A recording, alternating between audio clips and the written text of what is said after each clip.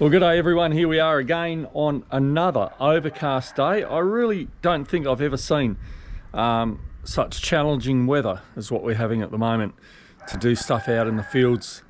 Every time you go to do something, it rains and it's cold. There's no drying at the moment, so we're really struggling.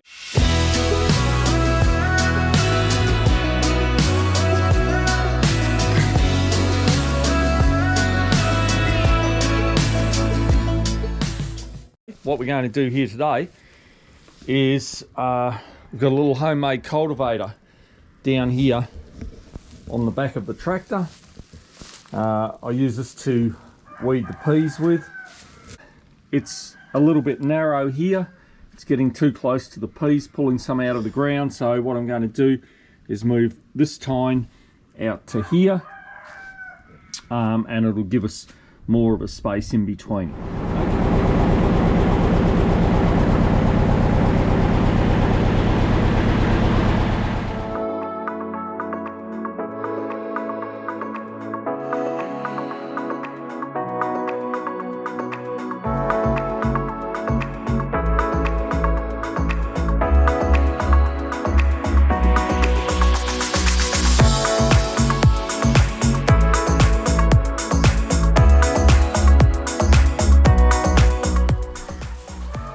Right, so we've got a nice gap there now. So now what we've got to do is put this back onto the toolbar, do it up, and away we go.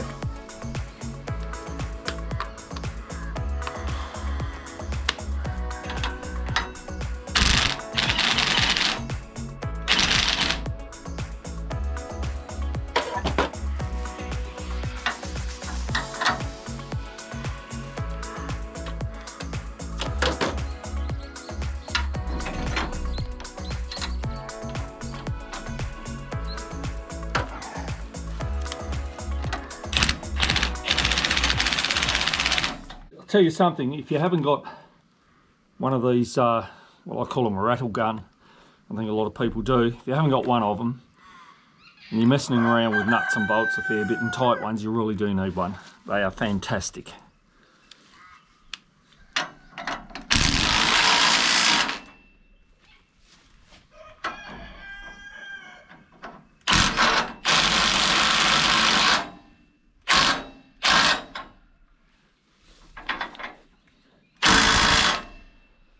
Okay, that's got it.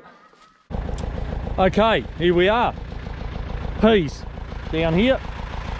They're going absolutely great. Can really start to see the rows here now. Look at that. Looking very, very healthy indeed. So what we're going to do is run the cultivator down the rows. It'll aerate the soil, it'll help it dry out, and it will make the peas grow a lot quicker. So that's our aim for the morning. Our main problem will be this row here, where that looks quite damp.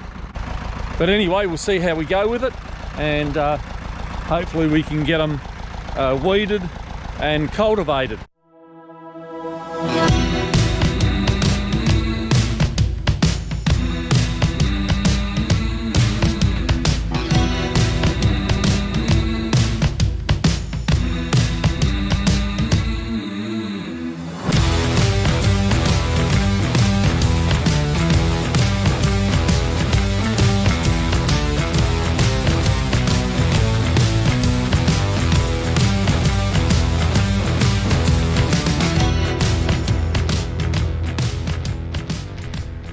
Right, so we've got it done, and at least this is not too wet here. There was only one row that I had real trouble with, but the peas are actually, if I can get my shadow out of it, but the peas are actually coming along really nicely at the moment.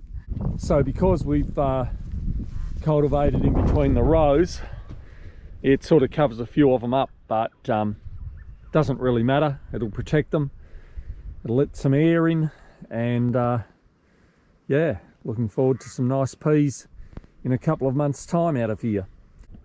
Okay then, so that's got that done. Got got a couple more things to do over home, and then we've got to go down and get some livestock feed. So I think we'll pack up over here, and oh, hang on, there's a couple of other things I want to show you before I take off. Have a look here. You probably can't see it, but there's a little shoot on there, and then down there, can you see these red shoots there? So these trees actually are growing. The ones that we moved over here to try to get growing, they are. This one's got another shoot coming out here, and this one up here has actually got some flowers coming out. We'll get around this way. Look at that. So it's actually been a success, which is fantastic.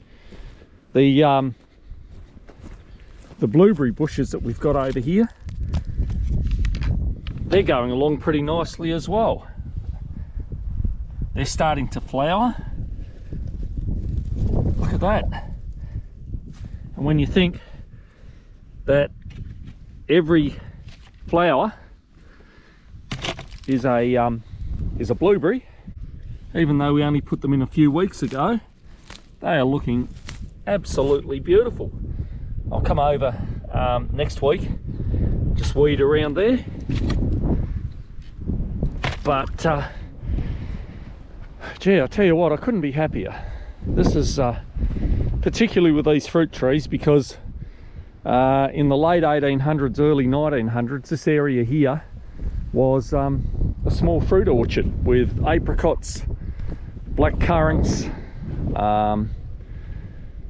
cherries in here.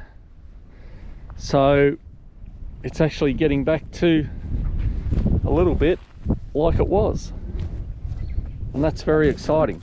Well, that's a big surprise with those fruit trees, but a very exciting surprise as well. So that's actually made my day. It's fantastic.